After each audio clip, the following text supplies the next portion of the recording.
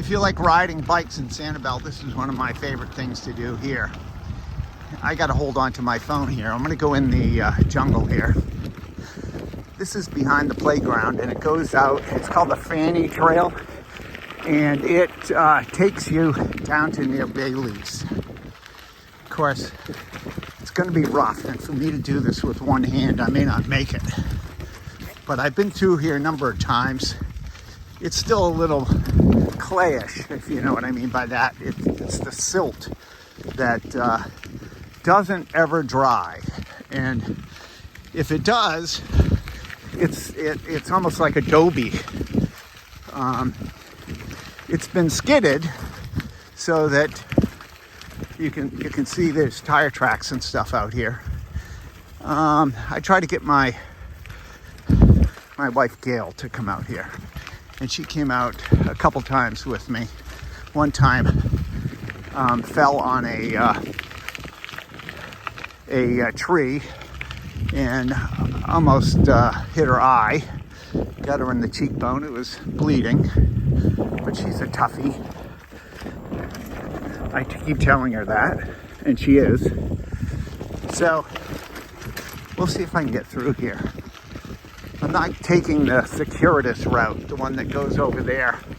I'm taking more of the direct route. There are about 3 different loops in here, and prior to the hurricane, these were like tunnels. You see the trees up above here, they are all grown in, and it's beautiful. When there's a moon out, you can do these at night. We go through here at night, and there's just a little bit of moonlight, enough to see that you're on the path. I never really worried about the critters out here. They seem to get away from you as soon as they hear noises. But I have seen things run across in front of me. But I don't think that's anything to really worry about. About 2 weeks ago, guy was down near the Bailey Pond.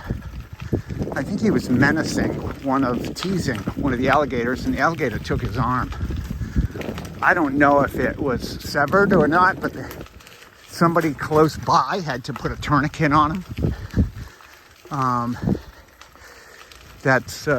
mean, why would you do that to an alligator? Now they have to take this alligator out and kill it, euthanize it, because this guy was messing with it. But anyway, you can see the path is a little ruddy. There are places where it's still wet. Yeah, here's a good bump right here. But you can see where all the trees are starting to fill in again. The greenery, which is kind of cool. When this is a tunnel, it is amazing. And of course, this needs to be cleaned up a little bit more, and maybe some shells put in here for drainage. Shells are wonderful. You can buy these little tiny shells that are picked up while they dredge. They rinse them and rinse them and rinse them, and you buy these shells. And getting bogged down. In my opinion, they're so much better than crushed rock coral because they don't make dust. And also, if it rains, the water goes right through them. They're awesome. So I'm all in favor of the shells rather than gravel or crushed rock, which is really dusty. In the background over there, you can see Bailey's store, and that pond is here, but it also wraps down and around the back of Bailey's store. By the way, Bailey's they're going to be tearing all that down, I think, and going up.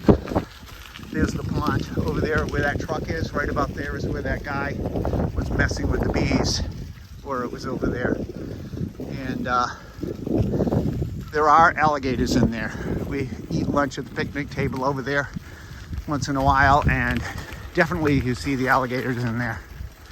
All right, this is the end of the Frannie Trail. I'll stop so you can see what the trail actually looks like. There we go. It says you are here in the bottom left-hand side. And I went on the left-hand track, but there's a right-hand track and a couple of loops around those ponds there in the back. And let me show you where it comes out. It comes out on Tarpon Bay Road.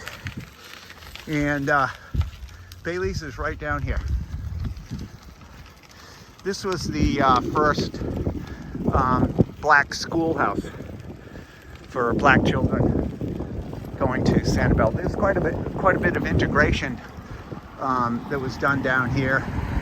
Sanibel being one of the pioneers and firsts with integration. This is Bailey's store. But I'm going to continue on my ride, so I'll see you in another time.